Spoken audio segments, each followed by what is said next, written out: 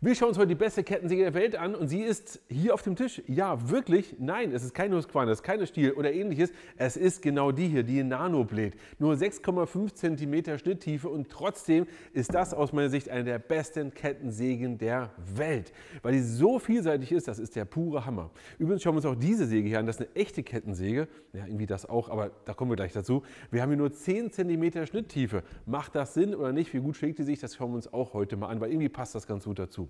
Warum mache ich das Video eigentlich? Die Nanoblade hier, die kleine, habe ich mir das letzte Mal vor 6 Jahren angeguckt und seitdem sträflich vernachlässigt. Vor kurzem war ich aber bei euch in den Werkstätten, habe mir die Werkstätten angeschaut und in jeder zweiten Werkstatt, wirklich ungelogen, in jeder zweiten Werkstatt stand die Nanoblade und ich war jedes Mal erstaunt, was sie damit alles machen. Mein Name ist Sebastian und ich zeige dir gleich mal, was diese Säge alles kann.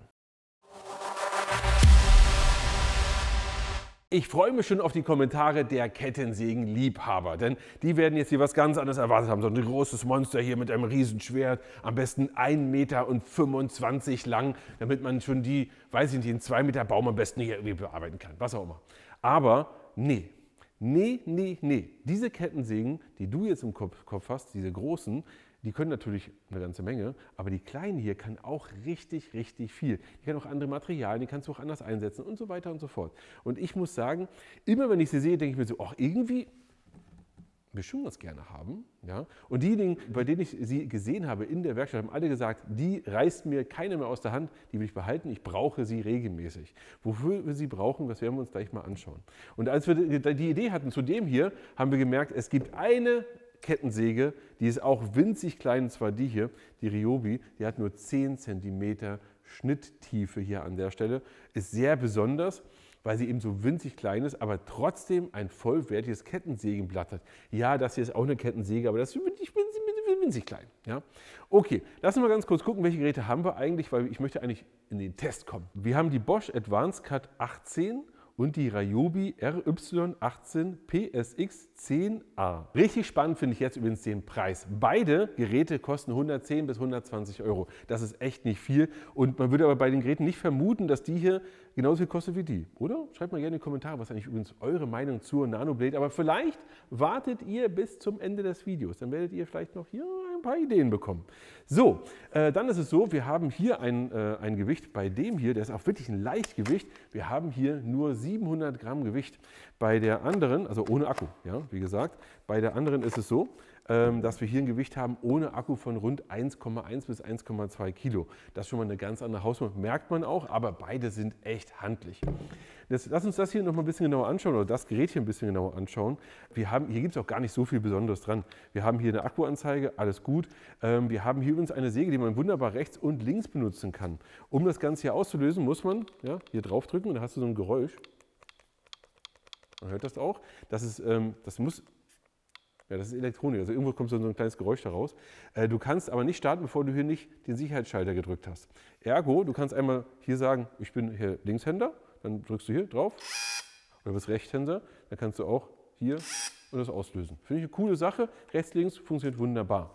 Dann haben wir hier so ein schönes Metallschild hier an der Stelle. Das heißt, wir können hier auch richtig so ein bisschen hier so ein bisschen rummachen an der Kante und zerkratzen hier nichts. Also ist wirklich das ordentlich robust gemacht, da kann man nichts sagen. Die Kette, beziehungsweise das, was wir hier haben, ich mache es mal zur Sicherheit ab, um euch auch ein gutes Vorbild zu sein. Hier haben wir so ein Minischwert. Ja? Das hier guckt nur 6,5 cm raus. Und das Krasse ist, du kannst das Ganze hier öffnen, einfach so ein Klappmechanismus und hast jetzt dieses Schwert hier komplett in der Hand. Du kannst das Schwert auch wirklich einfach nachkaufen für ein paar Euro und hast dann, wenn du das kaputt gemacht hast, wenn es verschlissen ist, wenn es stumpf ist, was auch immer, einfach die Möglichkeit, das Schwert dir nachzuholen. Es ist übrigens so, dass sich das auch automatisch spannt. Du hast hier eine kleine Feder, hier einen Stift, spannt sich automatisch, muss nichts nachspannen, gar nichts. Wie es mit Öl ist, weiß ich jetzt gar nicht, ob man da vielleicht, ich sage mal so, original ist es, wie es ist. Öl muss man das, glaube ich, nicht. Ja? Dann setzen wir das Ganze hier mal rein, dass du auch siehst, wie einfach das ist. Zack, bumm, fertig. Mehr ist es nicht und schon ist es einsetzbar. Hier oben hast du so einen kleinen Bügel. So genau ist mir nicht klar, warum der da ist, weil du sollst wahrscheinlich auch nicht von unten irgendwie was sägen, sondern immer von oben nach unten gehen. Das ist ein Sicherheitsfeature, weil die Kette ja so rumgeht. Es ist so, wenn du so rum schneidest, dass es zurückschlagen könnte. Bei der kleinen Säge sagen sich wahrscheinlich auch alle, na, dann hast du es ja trotzdem noch in der Hand. Weiß ich nicht. Aber hier hast du vielleicht so eine Art Spaltkeil oder doch nicht hier oben Sägeblattschutzding. So, das ist wirklich eine geniale Säge. Die schauen wir uns gleich mal an, was die alles sägen kann. Jetzt schauen wir mal uns das hier an. Im Grunde eine ganz herkömmliche Kettensäge. Ja? Was ich immer super finde bei diesen kleinen Kettensägen ist hier oben oder hier unten. Hier hast du wirklich die Möglichkeit, wenn du so ins Gebüsch reingehst und möchtest so, hier, da möchte ich irgendwas sägen oder so, dass du hier nicht deine Hand zerkratzt. Also du kannst da schön so durchgehen. Ja? Dann haben wir hier übrigens 18 Volt Gerät. Das ist jetzt auch ein 18 Volt Gerät, habe ich gar nicht gesagt vorher. Viele kennen das ja, Ryobi, dieser Steckakku, einfach rein und schon geht's los. Dann haben wir hier auch einen Trigger, ja, ganz normal, und hier haben wir auch die Möglichkeit Rechtslauf, hier auch links mit beiden Händen gut bedienbar. Dann, wenn ihr das Gerät benutzt, bitte legt eure Hand hier oben drauf. Also hier oben und nicht hier unten drunter, schon mal gar nicht oder sonst irgendwo. Ja, auch hier nicht hin. Ja, bitte hier nicht drücken, weil jetzt ganz schnell die Hand hier irgendwo, das wollen wir nicht. Ja, sondern die Hand ist eigentlich dafür da, um sie genau hier drauf zu legen und dann entsprechend zu arbeiten.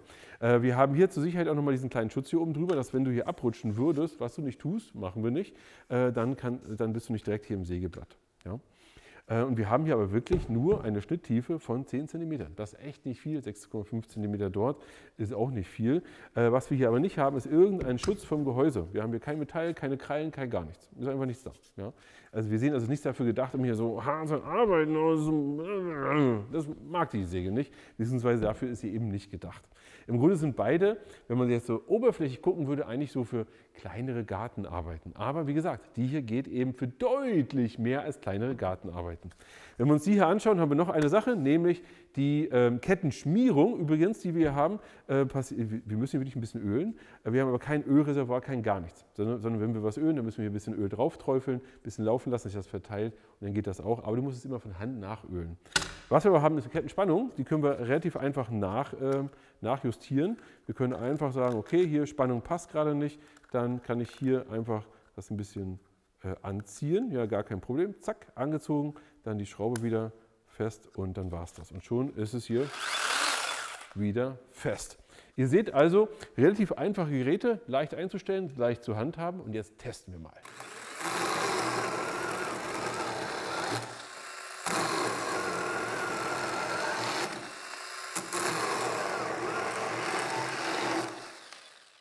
Das macht wie immer Spaß.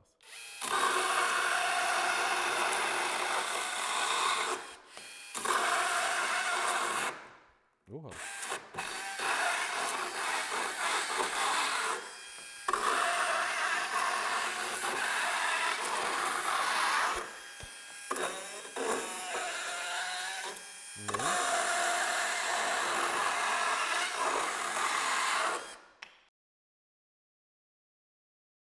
Geil. Also beide haben wirklich gut gesägt. Das hat echt Spaß gemacht mit beiden. Aber ich muss sagen, bei der Kettensäge hast du halt genau das. Du hast sehr, sehr grobe Späne, sehr viel Ausrisse hier an der Stelle. Bei der Nanoblade hast du einen schönen, sauberen Schnitt. Das ist schon mal ein Unterschied. Eben halt mit normales Konstruktionsholz, das konnten beide fein, fein, fein. Aber jetzt geht es mal in den Garten. Wir haben hier richtig normales Holz, sehr nasses Holz. Und wir schauen mal, wie schlagen sich denn da.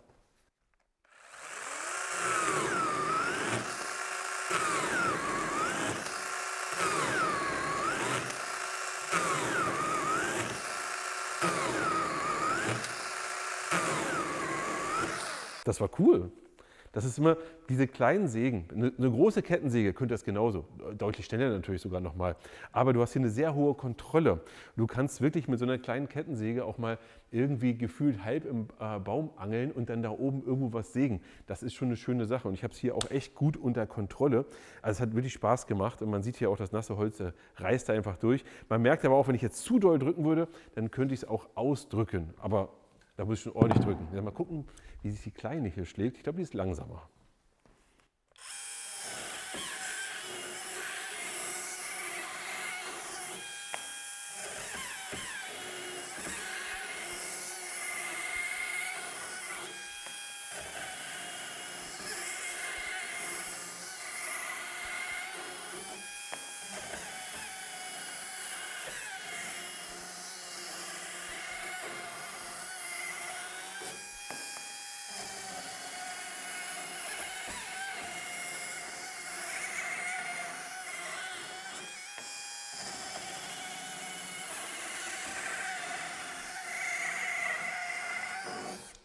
Also ich muss sagen, das Ergebnis fand ich richtig gut. Es ist langsamer, ihr seht das ja auch. Wir haben wirklich länger gebraucht. Aber ich hatte einen schönen, kontrollierten Schnitt. Das ist also gar kein Problem. Für mich ist auch kein Problem, dass es langsamer war. Aber wenn ihr sagt, es muss schnell und zackig gehen, dann ist das hier nicht euer Gerät. Eine Kleinigkeit, ich hatte die ganze Zeit das Gefühl, ich möchte eine zweite Hand irgendwie dazu nehmen. Das solltest du natürlich auf keinen Fall machen. Was ich aber schön fand, war Folgendes: Ich konnte hier so schön am Anschlag hier auch wirklich rummachen. Er konnte es ansetzen, hier rumgehen und so weiter. Finde ich eine schöne Sache. Lass uns aber eine Sache mal kurz anschauen, denn ich kann hier wirklich auch ein bisschen rumschnitzen. Ich kann hier auch mal gucken, dass ich hier nur mal so ein kleines Teil abnehme. Schaut mal hier.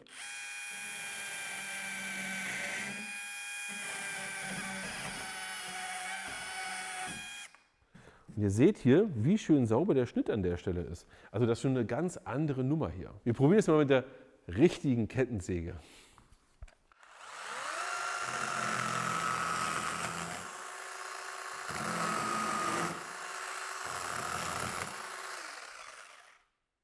Naja, das sieht dann halt anders aus. Ich weiß, hier schauen auch Leute zu, die wenig Kettensägenerfahrung oder gar keine Kettensägenerfahrung haben. Unterschätzt bitte dieses kleine Blatt nicht. Das ist, also damit kannst du auch wirklich ganz, ganz dolle böse Aua machen bei Menschen, Händen und ähnliches. Und vor allem unterschätze auch nicht das Thema Kickback. Es ist ja so, dass du bei den Sägen hier ganz bewusst nicht so schneiden sollst. Ja? Deswegen hast du ja auch dieses Teil da, um das gar nicht erst zu können. Ja? Weil wir nämlich Folgendes haben: Wenn wir von unten nach oben schneiden, dann könnten wir einen Kickback haben. Ich versuche es mal zu provozieren.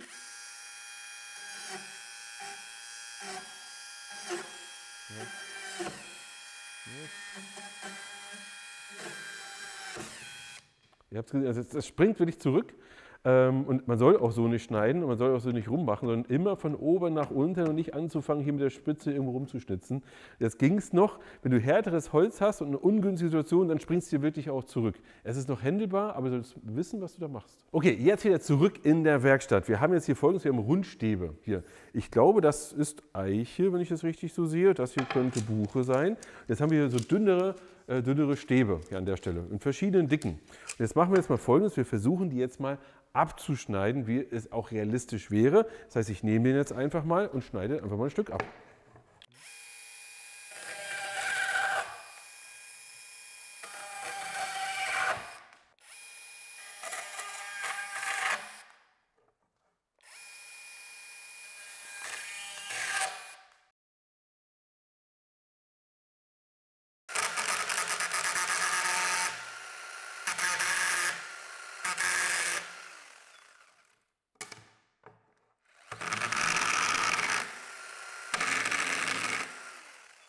Also ihr habt gesehen, das ist ja völliger Quatsch. Also mit einer Kettensäge hier mit sowas arbeiten, das macht halt gar keinen Sinn. Mit der hier konnte man das durchaus händeln und auch einen halbwegs vernünftigen Schnitt machen. So, jetzt haben wir hier unser Brett. Wir haben hier Rauschbund und jetzt wollen wir das auch mal kürzen. Gucken wir mal.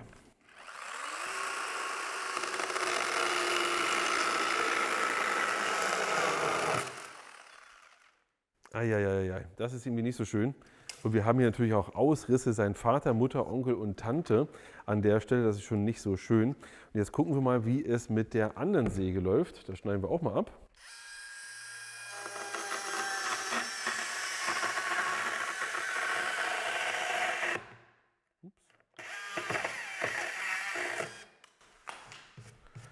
Das sieht schon ein bisschen besser aus. Also wir haben hier weniger Ausrisse. Ich muss sagen, so erstaunlich wenig Ausrisse dafür. Und ich muss mich hier mal ein bisschen besser anstellen. Das sieht schon mal gar nicht so schlecht aus. Aber was die Säge noch kann, ich kann mit ihr eintauchen.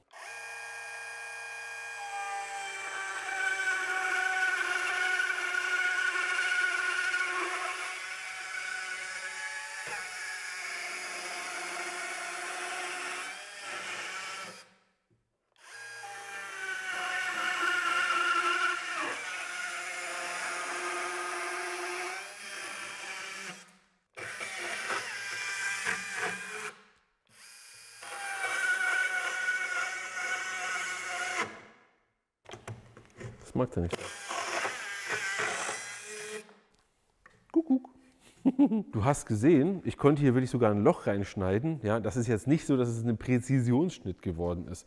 Aber es funktioniert. Wenn ich mir jetzt mal deutlich mehr Mühe gebe, geht es noch echt besser. Ich muss aber sagen, ich bin ein-, zweimal verkantet, dann ist sie stehen geblieben. Also ihr fehlt vielleicht noch ein Tick an Kraft, aber wenn man zu viel Kraft aufwenden würde, würde das Blatt, glaube ich, auch kaputt gehen. Ich finde das ganz okay. Also wir wollen ja den Unterschied auch mal sehen. Wir haben jetzt hier Laminat, das sollte natürlich genauso gehen. Und dann nehmen wir uns mal unsere Kettensäge und gucken wir mal, was passiert.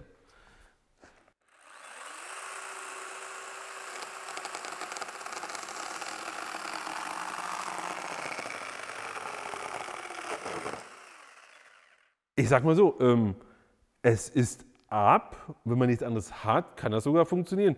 Aber es fühlt sich gar nicht gut an.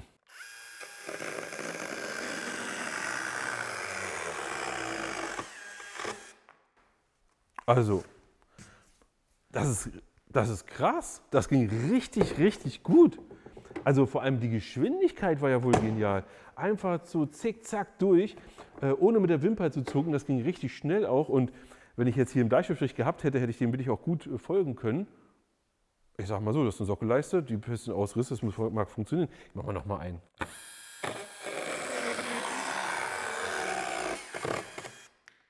Das ist ja mal richtig cool. Das ist, der ganze Staub hier.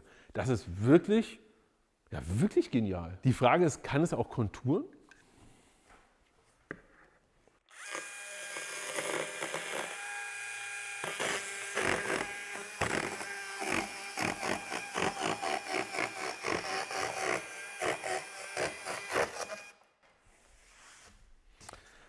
Nee, also nee, dafür ist es wirklich nicht gedacht. Also ich habe es jetzt irgendwie rumgebogen gekriegt, aber ihr müsst bedenken, so ein Blatt geht dann auch schnell mal kaputt, also lasst das sein. So, jetzt habe ich hier Klickvinyl, man sieht das auch hier, bouncy, bouncy, ja, relativ dünnes, schönes Klickvinyl. Und die Regie hat mich gezwungen, das zu machen mit der Kettensäge, also muss ich jetzt mit der Kettensäge durch. Macht das bitte nicht nach. Also ich glaube, das macht überhaupt keinen Sinn. Aber okay, wir müssen es testen.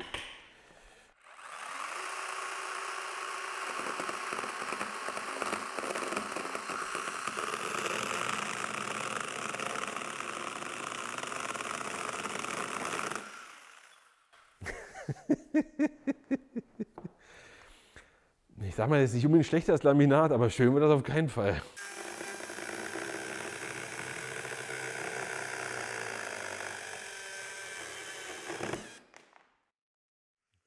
Der Schnitt selber ist an der Stelle eigentlich nicht wirklich so viel besser.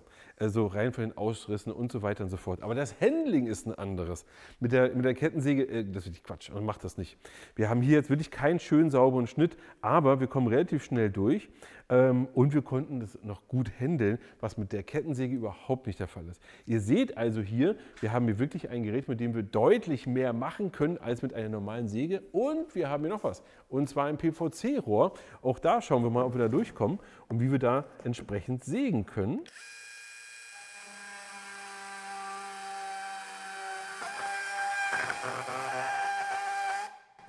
Und umsetzen.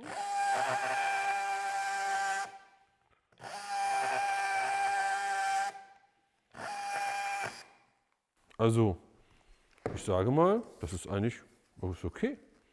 Das ist wirklich okay. Natürlich, bei so einem Rohr ist es so, dass es in der Regel da immer so ein bisschen durch die Hitze dazu kommt, dass es so ein bisschen ausfranst oder ein bisschen schmilzt oder. Aber das kannst du natürlich mit dem Messer hier einfach in Graten fertig, kannst du machen.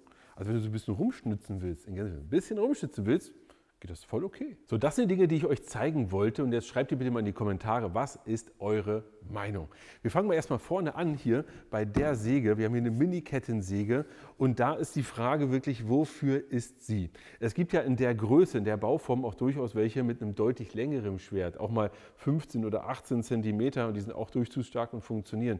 Warum sollte man bewusst so ein kleines Schwert kaufen, wenn man diese Geräteklasse haben will? Da würde mich eure Meinung total interessieren. Ich würde eher zu so einem etwas längerem Schwert greifen und ich weiß, die Dinger machen richtig Spaß und die machen auch richtig Spaß im Garten, wenn du so kleinere Sachen machen möchtest oder. Ich muss sagen, der kleine hier, das Nanoblade, ist aus meiner Sicht schon wirklich eine der besten Kettensägen der Welt. Und ja, es ist halt so ein bisschen quatschig, ja? Weil eine richtige Kettensäge, das ist eine richtige Kettensäge, vom Blatt her an sich. Aber am Ende ist das auch eine Kettensäge. Und hier konntest du eben Folgendes sehen. Du konntest alles damit machen. Das ist ein Werkzeug, wenn du so so ein Multiwerkzeug haben willst, damit du so viele Dinge auch machen kannst. Erstmal grundsätzlich ist das im Garten zu Hause. Du gehst in den Garten, du hast so kleinere Sachen, Büsche, irgendwas, so Äste, die du abschneiden möchtest und möchtest dich noch gar nicht an eine Kettensäge auch rantrauen. Dann ist das eigentlich ein sehr, sehr cooles Gerät. Wichtig ist, pass immer auf, wo deine zweite Hand ist. Also nimm die möglichst weit weg und arbeite entsprechend so hier irgendwo mit der Hand hinterm Rücken. Ja? Dann kannst du dich auch eigentlich kaum verletzen damit und kannst das auch wirklich sehr, sehr gut handhaben. Aber es ist im Grunde wie so ein Multicutter. Ja, viele kennen das ja, ein GOP, Multicutter, dass wenn du es hast, dann hast du es und dann benutzt du es auch dauernd. Wenn du es nicht hast, dann vermisst du es erst, wenn du es eben gehabt hast. Also dementsprechend kann man auch das dazu sagen. Ich persönlich habe bis heute keinen, aber heute, wenn ich das alles hier mal gemacht habe, habe ich schon so ein gewisses Haben-Wollen-Gefühl. Hast du das auch entwickelt? Schreib es mal unten in die Kommentare. Würde mich super interessieren. Und solange ran an die Kettensäge, manchmal auch ein bisschen länger und bis zum nächsten Mal.